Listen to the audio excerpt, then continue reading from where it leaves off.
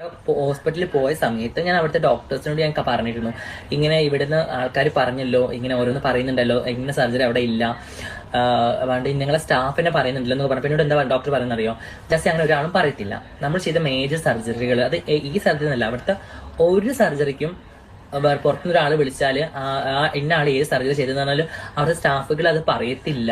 അത് പറയുന്നത് ഭയങ്കര മെഡിക്കൽ എത്തിക്സിന് ഭയങ്കര റോങ് ആണ്. ഈ പറഞ്ഞത് ഒരു കറക്റ്റായിട്ടുള്ള കാര്യം തന്നെയാണ്. ഈ ഓരോ ഹോസ്പിറ്റലും ഉണ്ടാക്കി ഇതേ കണക്ക് പേഷ്യൻസ് ചെല്ലുമ്പോഴത്തേക്ക് അവർ എന്ത് ഓപ്പറേഷൻ ചെയ്തു അല്ലെങ്കിൽ അവർ എന്തിനു വേണ്ടിയാണ് അവിടെ വന്നതെന്നുള്ള കാര്യമുണ്ടെങ്കിൽ ഒരു ഡോക്ടറോ അല്ലെങ്കിൽ അവിടെയുള്ള സ്റ്റാഫുകളോ ഒന്നും വെളിയിൽ പറയത്തില്ല. അതുണ്ടാക്കി കോൺഫിഡൻഷ്യലായിട്ട് തന്നെയാണ് വെക്കുന്നത്. പക്ഷേ ഇതേ കണക്ക് ഹോസ്പിറ്റലിൽ ഇത് ചെയ്യത്തില്ല, അത് ചെയ്യത്തില്ല എന്നുള്ള കാര്യങ്ങളൊക്കെ പറയാറുണ്ട്. അതേ കണക്ക് തന്നെയാണ് ഇപ്പോൾ ജാസി ഉണ്ടെങ്കിൽ കുറച്ച് നാളായിട്ട് സോഷ്യൽ മീഡിയ ഭയങ്കരമായിട്ട് വൈറലായിട്ട് പോകാൻ കാരണം എന്ന് പറഞ്ഞാൽ ജാസി ഇതേ കണക്ക് ആശുപത്രിയിൽ അഡ്മിറ്റായി കിടക്കുന്നതും താനുണ്ടെങ്കിൽ ഇതേ കണക്ക് ഓപ്പറേഷൻ ചെയ്തു എന്നുള്ള രീതിയിൽ പറയുന്നതായിട്ടുണ്ടെങ്കിൽ ഭയങ്കര വൈറലായിട്ട് പോകുന്നുണ്ടായിരുന്നു.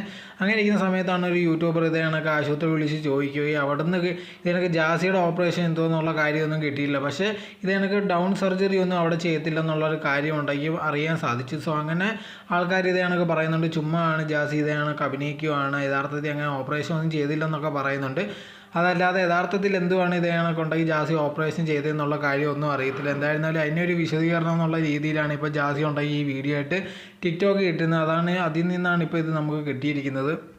ഇതിനെപ്പറ്റിയുള്ള നിങ്ങളുടെ അഭിപ്രായം എന്തോന്ന് കമൻറ്റ് ബോക്സിൽ കമൻറ്റായി രേഖപ്പെടുത്തുക. നിങ്ങൾ ചാനൽ ആദ്യമായിട്ടാണെങ്കിൽ മറക്കാതെ ലൈക്ക് ചെയ്യൂ, ഷെയർ ചെയ്യൂ, കമൻറ്റ് ചെയ്യൂ, മറക്കാതെ സബ്സ്ക്രൈബ് ചെയ്ത് അടുത്തുള്ള ബെൽ ബട്ടൺ അമർത്തുക. ഞാൻ ഇനി ചെയ്യുന്ന വീഡിയോസ് നിങ്ങൾക്ക് നോട്ടിഫിക്കേഷനേ വരികയുള്ളൂ. താങ്ക്